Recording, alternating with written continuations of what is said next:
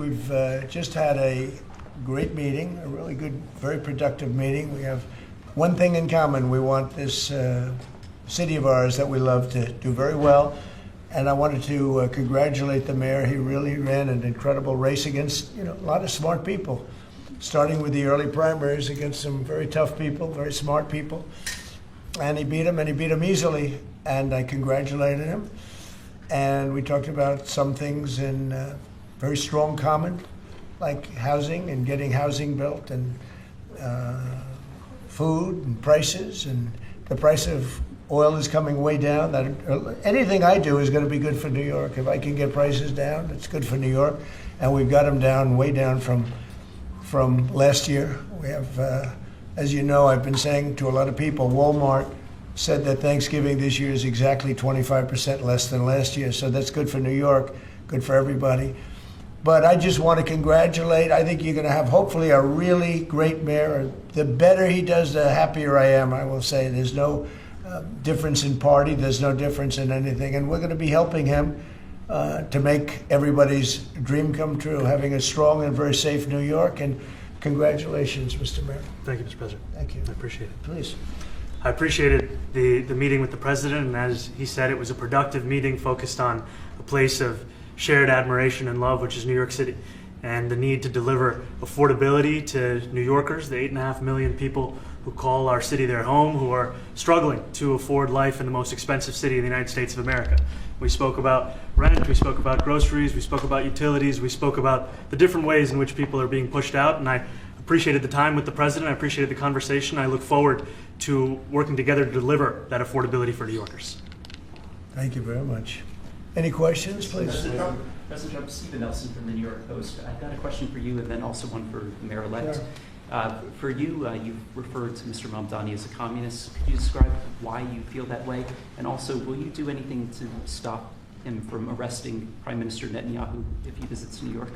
Well, we didn't discuss your second part of the question, and on your first part, I mean, he's got views that are a little out there, but who knows? I mean, we're going to see what works, or he's going to change also. We all change. I changed a lot from when I first came to office. It's now quite a while ago. It's quite a while. My first term was great. We had the greatest economy in the history of our country. We're doing even better now. We're doing much better now than we did even the first term.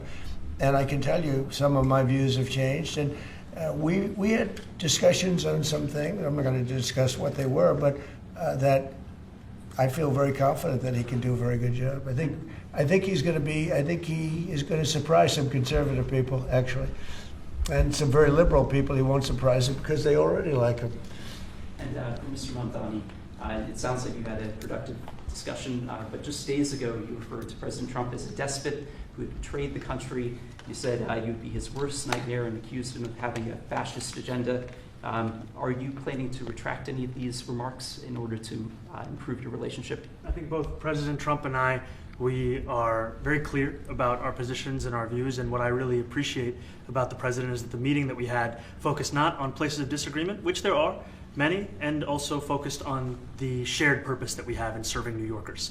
And frankly, that is something that could transform the lives of the 8.5 million people who are currently struggling under a cost of living crisis, with 1 in 4 living in poverty. And the meeting came back again and again to what it could look like to lift those New Yorkers out of struggle and start to deliver them a city that they could do more than just struggle to afford it, but actually start to live in it. And I've been called much worse than a despot, so it's not that insulting. Maybe I think he'll change his mind after we get to working together. Yes, please. Mr. President, Anthony Mershak from MTV Lebanon. I would like to ask you a question about the Middle East regarding, you said that Hezbollah in Lebanon is not in a good position. And Lebanon now is the final unresolved after Gaza and Syria. Given your assessment, like, what do you say for the Lebanese today? It's the Independence Day in Lebanon. And what is your next move to push toward disarmament? The disarmament of Hezbollah. Well, we are pushing for total disarmament of Hamas and, frankly, everybody else. And we actually have peace in the Middle East. As you know, the King of Saudi Arabia just left yesterday. We had some great meetings, and he's made a contribution toward the United States of more than $1 trillion. We have now over $20 trillion coming in. No country has ever had anything like that, not even close. If you go to $2 trillion or $1 trillion, it's a lot. We have $20 or $21 trillion. I think that Hezbollah has been a problem in Lebanon, big problem.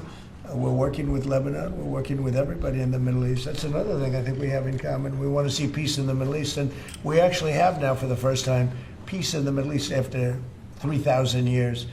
And now we're going to refine it, and I think you're going to see some very positive things happen. There is a potential to invite the Lebanese president to meet you to the White House. I would do that, absolutely. And if the mayor would like to be here for that meeting, because I know he feels very strongly. I think you feel very, very strongly about peace in the Middle East. I think We desperately want it, and that's something that I shared with the president, that when I spoke to New Yorkers who had voted for the president last November on Hillside Avenue and Fordham Road, I asked them why. I heard again and again two major reasons. One was that they wanted an end to forever wars. They wanted an end to the taxpayer dollars we had funding violations of human rights, and they wanted to address the cost of living crisis. And I appreciated the chance to discuss both of those things. You said a lot of my voters actually voted for him, and I'm okay with that. President Trump, I have this hat as well. I'll do that. I'll sign it. Give it to me. I'll sign it in a minute. That's pretty good. Mr. President, you've threatened to send federal troops to New York City. You both have differences when it comes to ICE agents in New York City. Mr. Mamdani, you've called ICE a rogue government entity. I wonder how you reconcile your differences on both of those issues. Well, I think we're going to work them out, and I think that if we have known murderers and known drug dealers and some very bad people, you know, we want to get them out. And the mayor wants to have peace. We discussed this at great length, actually, maybe more than anything else. He wants to have a safe New York. Ultimately, a safe New York is going to be a great New York. If it's not safe, no matter how well we do with pricing and with anything else, we can talk about anything you want. If you don't have safe streets, it's not going to be a success. So we're going to work together. We're going to make sure that if there are horrible people there, we want to get them out. I think he wants to get them out maybe more than I do. So we'll work together. We discussed it at great length. Yes, please. Yeah, two questions, if I may. One for you, Mr. President, on BBC in a second. But first of all, for the mayor-elect. You're both from different parts of the political spectrum. You're both populists, though, and I just wonder to what extent the president's campaign style, his techniques, his social media use inspired any part of your campaign. Well, I actually told the president that, you know, so much of the focus of our campaign has been on the cost of living crisis. And when we asked those New Yorkers who had voted for the president, when we saw an increase in his numbers in New York City, that came back to the same issue: cost of living, cost of living, cost of living. And they spoke about the cost of groceries, the cost of rent, the cost of Con Ed, the cost of childcare. And too often politicians are looking to lecture to New Yorkers what they should care about as opposed to listen. And when we spoke to those voters who voted for President Trump, we heard them speak about cost of living. We focus on that same cost of living, and that's where I am really looking forward to delivering for New Yorkers in partnership with the president on the affordability agenda. And I think we have to work a little bit. We talked about Con Edison. We have to work a little bit on getting the prices, because, you know, we've gotten fuel prices way down, but it hasn't shown up in Con Edison. And we're going to have to talk to them. You know, if we're sending them fuel at a much lower price than it was a year ago, which is true, we have to get Con Edison to start lowering their rates. Absolutely. And if I may, last week you told me you were pushing ahead with your plans to sue the BBC for up to $5 billion. You're going to speak to Prime Minister Starmer as well. Is there any progress or any updates on those issues? Well, we get along very well with the Prime Minister. We made a deal with UK. I like him. He's a fine person. And, you know, I think they have some big energy problems. You know, they've got windmills all over the place. They're going to have to start using other methods because their energy is out of control. Talking about in the UK, it's out of control. And he's got that problem. He's got a big immigration problem, as you know, and he's got a big energy problem. And we talk about it. He's a good man. Prime Minister's a good man. You have a chance to speak this week. I haven't spoken this week. Mr. President, have you spoken to President Zelensky, or do you intend to meet with him, President Zelensky, about your plan? Are you going to meet with him? I've spoken with their people. We have a plan. It's horrible what's happening. It's a war that should have never happened. It would have never happened if I was president, and it's a shame. And I thought they should have acted quicker. But it's a cold winter, and a lot of the you talk about utilities, but a lot of the big energy-producing plants have been under attack, to put it mildly, to put it nicely. Yeah, we have a way of getting peace, or we think we have a way of getting peace. He's going to have to approve it. Just so sad, so many people. You know, last month, they lost 25,000 soldiers. This is something, we haven't seen anything like this since the Second World War. And they're averaging 6,000 or 7,000 a week between the two of them, dead soldiers. And it goes on, and I think they're getting reasonably close, but I don't want to predict. I would have said that would have been one of my early ones. I did 8 peace deals of countries, including in India, Pakistan. You could even go, in fact, they're coming here in a week or two, go to the Congo and Rwanda. That was 10 million people dead, and we worked something out on that. But so many, and the one I thought would have been, for me, because I have a very good relationship with President Putin, I thought that would have been maybe quicker. But it does take 2 to tango. And now you just see all the death. And, it doesn't affect us other than the fact that we don't want to see all those people dead. Really, it's on the other side of the ocean. It's a war that should have never happened. It did happen. I blame the person also sitting right behind this desk.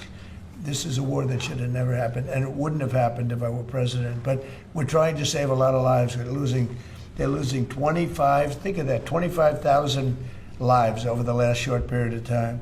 That's Ukrainian and Russian, and it's a shame. I want to ask the mayor-elect about a House resolution. It just passed overwhelmingly to condemn socialism, including with 86 Democrats, all of House Dem leadership, and the minority leader, Hakeem Jeffries, despite his endorsement of you. What's your reaction to that? I have to be honest with you, I focused very little on resolutions. Frankly, I've been focusing... Condemn socialism. I understand. I think the focus is on the work at hand. I can tell you I am someone who is a democratic socialist. I've been very open about that. And I know there might be differences about ideology, but the place of agreement is the work that needs to be done to make New York City affordable. That's what I look forward to. And I want to clarify your answer to Stephen Nelson. He asked about your comment calling the president a fascist, and your answer was, both President Trump and I have been clear about our positions and our views. Are you affirming that you think President Trump is a fascist? I've spoken about... That's okay. You can just say yes. Okay. All right. Okay. It's easier. It's easier than explaining it. I don't mind. And Mr. President, I wanted to ask you also about this Ukraine plan. Yeah. President Zelensky said today that his country would risk either giving up a partner or giving up its dignity. There's been criticism that this deal proposal... He doesn't like it? It's unclear. He was sort of tenuous about it. He'll have to like it, and if he doesn't like it, then they should just keep fighting, I guess. The suggestion that he made, though, was that if he doesn't accept it, that the U.S. would pull back its support for Ukraine. Is that well, at some accurate? point he's going to have to accept something. He hasn't accepted. You remember right in the Oval Office not so long ago, I said, you don't have the cards.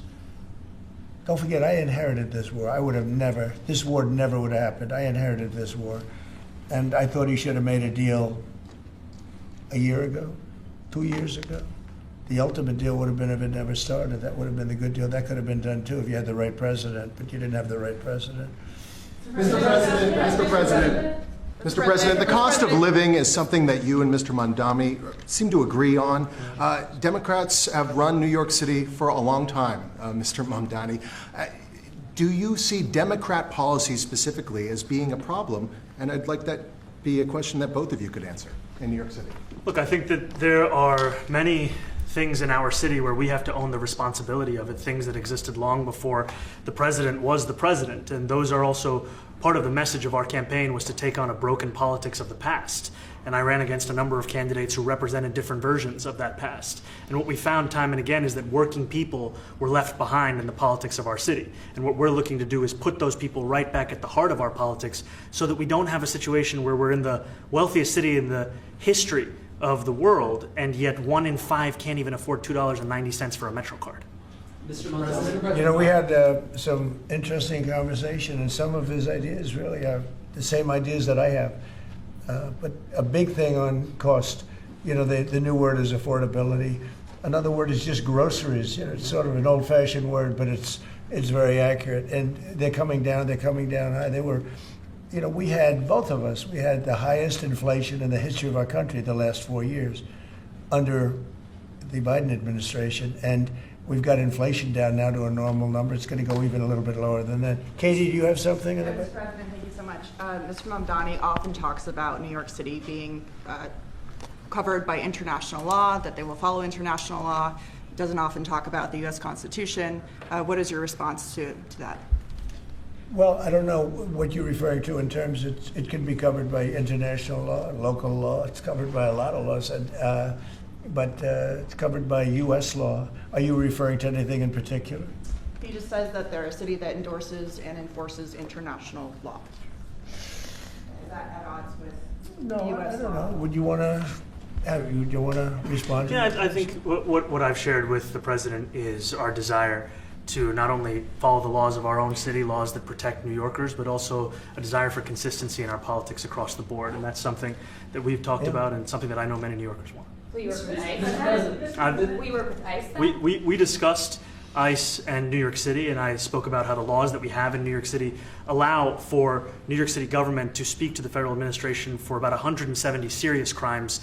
The concerns that many New Yorkers have are around the enforcement of immigration laws on New Yorkers across the 5 boroughs, and most recently we're talking about a mother and her 2 children, how this has very little to do with what that is. Mr. Mamdani, What we did is we discussed crime. More than ICE per se, we discussed crime. And he doesn't want to see crime, and I don't want to see crime. And I have very little doubt that we're not going to get along on that issue. He wants to, and he said some things that were very interesting as to housing construction, and he wants to see houses go up. He wants to see a lot of houses created, a lot of apartments built, etc. And you know, we actually people would be shocked, but I want to see the same thing. Mr. Mamdani, anti-Israel protesters.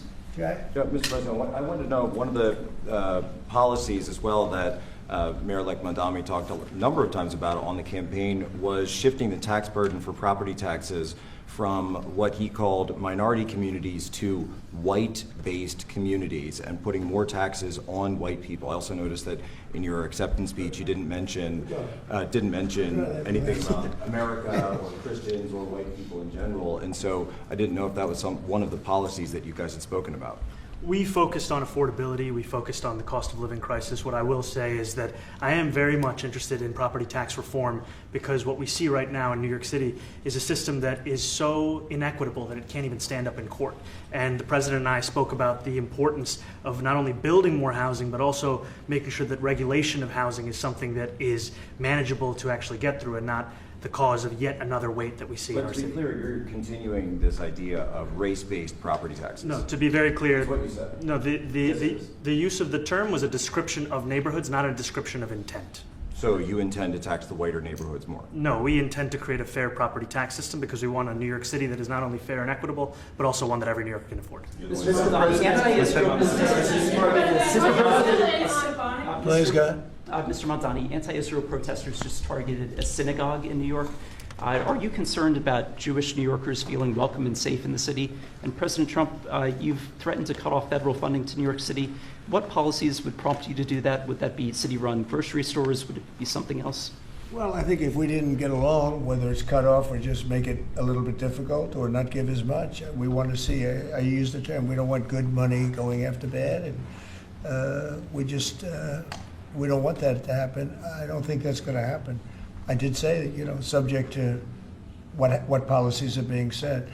We had a meeting today that actually surprised me. He wants to see no crime. He wants to see housing being built. He wants to see rents coming down, all things that I agree with. Now, we may disagree how we get there. The rent coming down, I think one of the things I really gleaned very much today, he'd like to see him come down, ideally, by building a lot of additional housing. Yeah. That's the ultimate way. He agrees with that, and so do I. But if I read the newspapers and the stories, I don't hear that. But I heard him say it today, and I think that's a very positive step. No, I don't expect. I expect to be helping him, not hurting him. A big help, because I want New York City to be great. Look, I love New York City. It's where I come from. I spent a lot of years there. Now I'm right here. We took a big setback with the mayor that we had, named de Blasio. I thought it was a tremendous setback for the city. I think this mayor can do some things that are going to be really great. Mr. President, Mr. President, Give it to the president. How about you? Thank you. Go ahead, Thank you, Mr. please. President. You're a billionaire. You have a different address nowadays than you used to, but you used to call New York City home. Would you feel comfortable living in New York City under a Mamdani administration? Yeah, I would. I really would. Especially after the meeting. Absolutely. What makes you comfortable? We agree on a lot more than I would have thought. I think I want him to do a great job, and we'll help him do a great job. You know, he may have different views, but in many ways, you know, we were discussing when Bernie Sanders was out of the race, I picked up a lot of his votes, and people had no idea because he was strong on not getting ripped off in trade and lots of the things that I've practiced and been very successful on. Tariffs, a lot of things. Bernie Sanders and I agreed on much more than people thought. And when he was put out of the race, I think quite unfairly, if you want to know the truth, many of the Bernie Sanders voters voted for me. And I felt very comfortable, frankly, in seeing that and saying that. And, you know, it just turned out to be a statistical truth. But no, I feel very comfortable. I would feel very, very comfortable being in New York, and I think much more so after the meeting. Yes, please. Thank you, Mr. President. I have a question for you, but a very quick one for Please. the mayor. Why did you fly here? Aren't trains greener? I'll use every form of transit, and I want to make sure that they're all affordable in New York City, and that's why making buses fast and free is a centerpiece of our campaign. There is a bus that goes. Well, but I know, but if he flew, that's a lot quicker too. You know, I mean, he's working very hard. For him to be, that's a very long drive. I'll stick up for you. You know, the plane takes you 30 minutes, and driving takes you a And long Mr. time. President, I was wondering if you could clear up some confusion around a Washington Post report. There was this explosive report that the Coast Guard is no longer going to characterize swastikas and nooses as hate symbols. DHS called that a lie and fake news. Can you clear up? I don't know anything about it. When was this written? I think yesterday. Well, look, the Coast Guard's an incredible group of people. I know them very well. We just ordered a lot of new Coast Guard cutters, beautiful, the most magnificent ship. They look like yachts with lots of guns on them. So I don't know. I haven't seen any report like that, but certainly we want them to remain a great force, and they are. You are a peacemaker, and you did the peace in all the 9 months Yes. around the world. I would like to ask Mr. Mamdani, you've accused the U.S. government of committing genocide in Gaza while President Trump was working on peace. Why that? I've spoken about the Israeli government committing genocide, and I've spoken about our government funding it. And I shared with the president in our meeting about the concern that many New Yorkers have of wanting their tax dollars to go towards the benefit of New Yorkers and their ability to afford basic dignity. And what we see right now is we're in the 9th consecutive year of more than 100,000 school children being homeless in our city. And there's a desperate need not only for the following of human rights, but also the following through on the promises we've made New Yorkers. And I appreciated the meeting we had and the work that we can do. Do you agree that President Trump did do a peace and he worked hard to make the peace? Because he worked hard to do the peace in the Middle East and everywhere. Do you agree with that? I appreciate all efforts towards peace, and I shared with President Trump that when I spoke to Trump voters on Hillside Avenue, including one of whom was a pharmacist that spoke about how President Trump's father actually went to that pharmacy not too far from Jamaica Estates, that people were tired of seeing our tax dollars fund endless wars. And I also believe that we have to follow through on the international human rights, and I know that still today those are being violated, and that continues to be work that has to be done no matter where we're speaking of. Mr. President, question for Mr. Thank you, Mr. President. Do you view the mayor-elect as the true leader of the Democrat Party? And do you think Leader Schumer's and Leader Jeffries, have to follow his lead? Well, look, I hope they have great leaders. This is a man that right now I think is focused in New York City. I really think he has a chance to do a great job. We're going to help him, but I really think he has a chance to do a great job. But I'll let you answer that. You consider yourself the leader of the Democrats? I think it's more appropriate for him. I consider myself the next mayor of New York City, and I keep my horizons firmly on New York City, and I appreciate the meeting with the president, which focused again on the 5 boroughs and whether New Yorkers could afford to live there. By the way, being the mayor of New York City is a big deal. Absolutely. I always said, one of the things I would love to be someday is the mayor of New York City. Being the mayor of New York, and especially now, because I think you're at really a turning point, one way or the other. It could go great, or it can go in a different direction. And I think you really have a chance to make it great. Mr. President, you say you love New York City. Mr. Mamdani, does New York City love President Trump? New York City loves a future that is affordable. And I can tell you that there were more New Yorkers who voted for President Trump in the most recent presidential election because of that focus on cost of living. And I'm looking forward to working together to deliver on that affordability agenda. I got a lot of votes. One more, go ahead, one or two more, go ahead. And, I tell you, the press has eaten this thing up. You know, I've had a lot of meetings with the heads of major countries. Nobody cared. This meeting that you people have gone crazy. You know, outside you have hundreds of people waiting. This is just a small little group. For some reason, the press has found this to be a very interesting meeting. The biggest people in the world, they come over from countries nobody cares. But they did care about this meeting, and it was a great meeting. Go ahead. Yeah, Mr. President, I was going to ask you exactly that. Why do you think there's so much more, so much excitement around this than even some foreign leaders? Because I think he's different. All right, I think he's different, and that can be in a very positive way. But I think he's different than, your typical guy runs, wins, becomes mayor maybe, and nothing exciting. Because he has a chance to really do something great for New York. New York is at a very critical point, and he does need the help of the federal government to really succeed, and we're going to be helping him. But he's different than your average candidate. He came out of nowhere. I said he has a great campaign manager standing over there. He came out of nowhere. Would you start off at 1 or 2? And then I watched. I said, who is this guy? He was at 1, then he was at 3, then he was at 5, then he was at 9. Then he went up to 17. I said, that's getting a little bit interesting, right? And then all of a sudden he wins a primary that nobody expected he was going to win. It's a great tribute. I mean, it's an amazing thing that he did. And I'll just add one thing to what the president said. Is one thing I also appreciated is in our meeting to appreciate a portrait of FDR and the incredible work that was done with the New Deal, and also in thinking about what it can look like when the federal government and New York City government work together to deliver on affordability. It can be transformative. We have a great portrait of FDR that I found in the vaults that was missing for years. I found it, and I put it up. He's a Democrat, to the best of my knowledge. He's a Democrat. And when the mayor saw that portrait, he said, "Sir, do you mind if I have a picture taken by that portrait?" It's an amazing portrait. I hope the picture comes out good. But it's an amazing portrait in the cabinet room. So he's a big fan of the New Deal, I guess, and of FDR. Yes, ma'am. Thank you, Mr. President.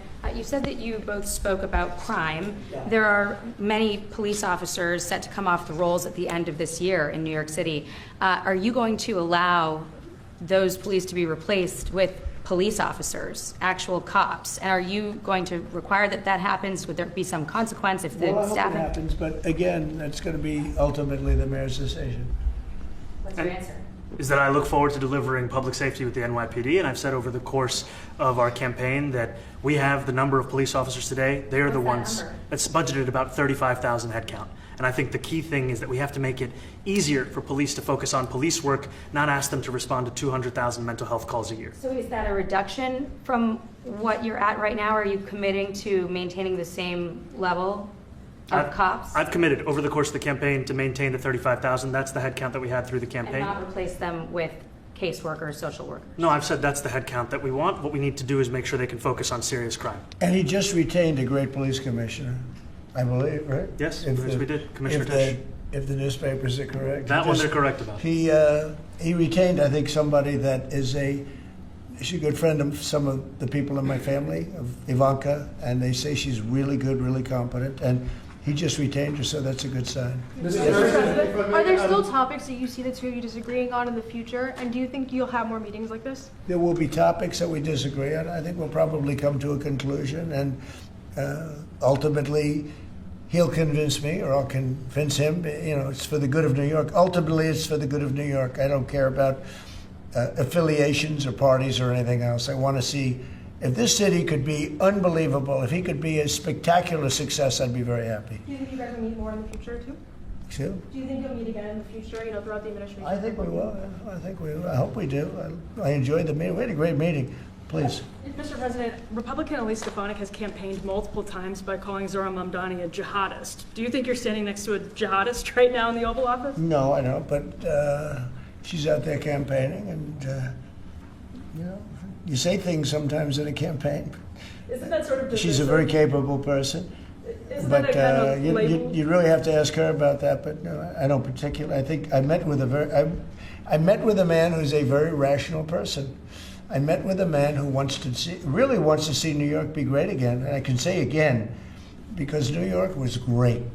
You know, when I came down to Washington initially, the city was so hot. It was doing great.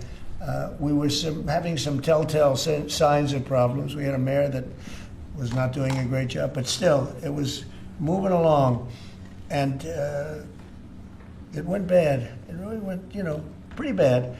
And I think it's been at lower points, but it went pretty bad.